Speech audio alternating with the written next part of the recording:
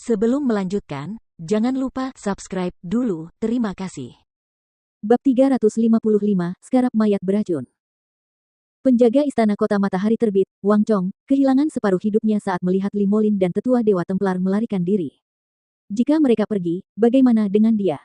Bahkan Yao Fei tidak cukup untuk dimainkan oleh Huang Xiaolong. Jika Huang Xiaolong ingin membunuhnya, meniupkan beberapa napas saja sudah cukup untuk merenggut nyawanya. Untungnya, sepertinya Huang Xiaolong telah melupakannya dan pergi.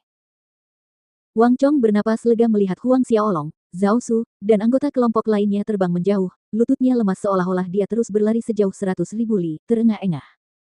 Baru pada saat ini dia menyadari bahwa bagian belakang jubahnya basah oleh keringat dingin, sedangkan untuk bercak basah di selangkangannya, sumbernya tidak diketahui. Kerumunan di sekitarnya menyaksikan kelompok Huang Xiaolong pergi, tercengang. Lama kemudian, suara-suara memenuhi udara lagi, satu lebih keras dari yang lain. Tercengang. Takjub. Secara umum, para setengah suci perlu mengumpulkan lebih dari selusin tahun kultivasi untuk maju ke alam suci, sedangkan Huang Xiaolong, dari puncak Ordo ke-10 Xiantian akhir ke alam suci, hanya butuh 6 bulan. 10 harta karun surgawi yang legendaris muncul kembali, cincin pengikat dewa dan mutiara jiwa mutlak. Hal yang penting adalah, Huang Xiaolong memiliki kedua harta karun surgawi itu. Rasa kagum, takjub, dan kegembiraan itu berlangsung lama. Sebelum matahari terbenam, berita itu menyebar ke setiap sudut kota matahari terbit dan menyebar keluar tembok kota dengan kecepatan yang mengerikan. Hanya dalam waktu beberapa hari, setiap orang di Kekaisaran Matahari Tinggi tahu bahwa Huang Xiaolong telah masuk ke alam Sein, serta fakta bahwa ia memiliki dua harta karun surgawi, cincin pengikat dewa dan mutiara jiwa mutlak. Huang Xiaolong adalah topik pembicaraan paling hangat bagi para prajurit dan rakyat jelata. Hampir tidak ada percakapan yang bisa diselesaikan tanpa dua kata, Huang Xiaolong. Nama Huang Xiaolong bergema lebih keras daripada kaisar manapun di benua angin salju. 2 hari kemudian, di sisi utara hutan asal, di salah satu dari banyak puncak bukit, ruang terdistorsi, beberapa sosok muncul entah dari mana. Kelompok ini tidak lain adalah Li Molin, Yao San, dan 3 tetua Templar Dewa. Li Molin berdiri di udara, menatap ke satu arah dengan mata dingin yang membekukan. Insiden di kota matahari terbit telah menyebar. Selama 2 hari terakhir, semua orang membicarakan Huang Xiaolong dan Dewa Templar. Tentu saja, ketika membahas Huang Xiaolong, hanya ada pujian positif, sedangkan ketika berbicara tentang Dewa Templar, kata-kata kasar menusuk hati.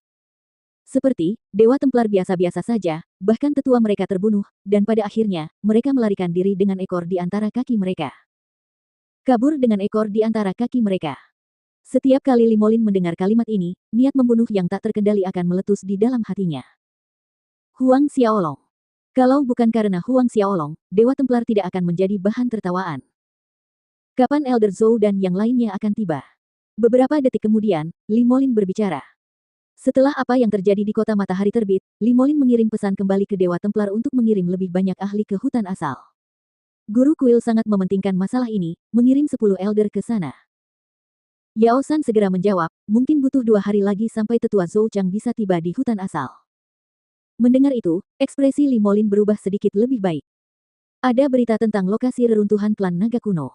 Li Molin bertanya kepada tetua lainnya. Tetua Dewa Templar itu menggelengkan kepalanya, belum. Alis Li Molin berkerut.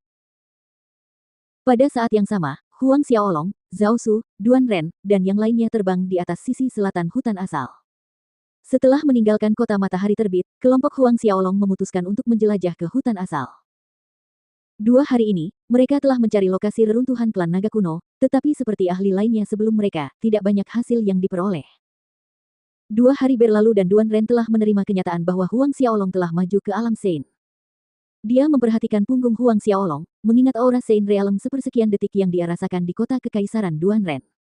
Pada saat itu, dia dapat memastikan bahwa aura itu berasal dari arah Southern Hill Estate, tetapi dia tidak menghubungkannya dengan Huang Xiaolong. Namun, dia dapat memastikan sekarang bahwa itu adalah Huang Xiaolong, tanpa keraguan. Saat terbang, Huang Xiaolong mencoba merasakan reaksi roh-roh bela diri hitam dan biru di dalam dirinya, tetapi tidak adanya reaksi apapun dari mereka sejak dia memasuki hutan asal membuatnya kecewa.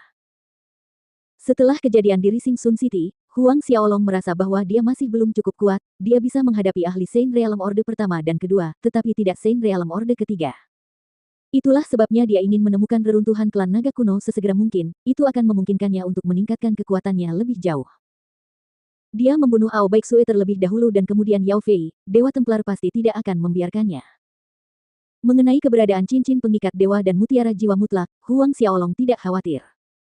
Berdasarkan tingkat kekuatan yang telah ditunjukkannya, dia yakin hanya ada sedikit orang yang berani memanfaatkannya.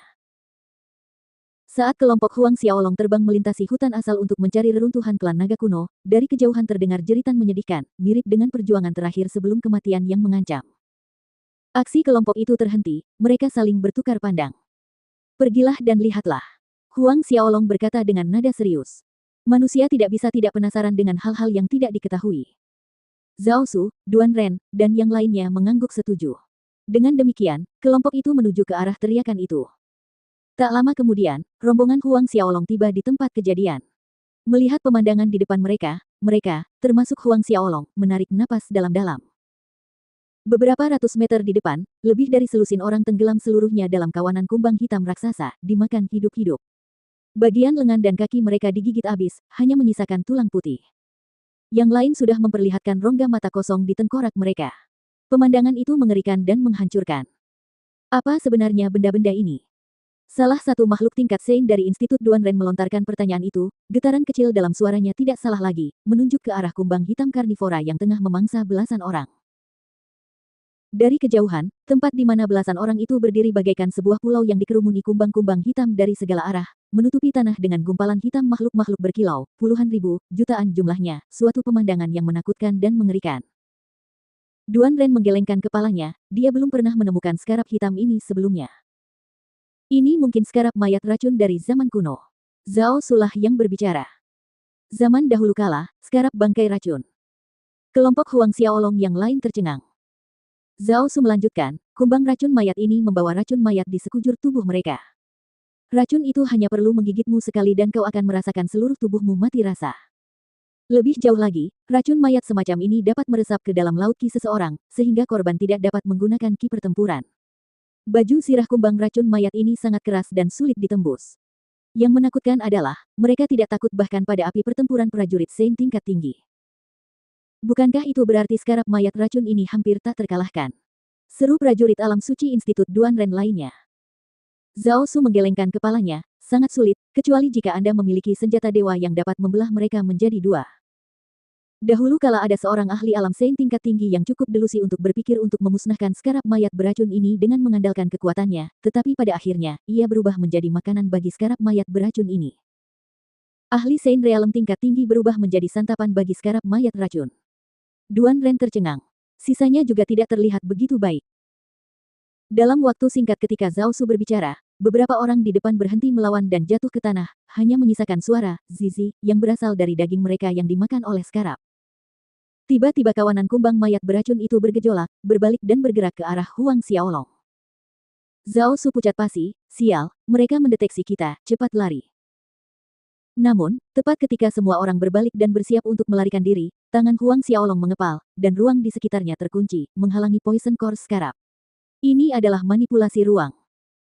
Dalam proses memasuki alam suci, Huang Xiaolong memiliki pemahamannya sendiri tentang hukum ruang angkasa. Namun Zhao Su mendesak dengan cemas, Tuan Muda, kita harus segera pergi, manipulasi ruang tidak dapat menghentikan skarab ini. Benar saja, tepat saat kata terakhir Zhao Su terucap, dari tubuh skarab, keluar asap tebal racun mayat dan mereka melepaskan diri dari kurungan ruang Huang Xiaolong.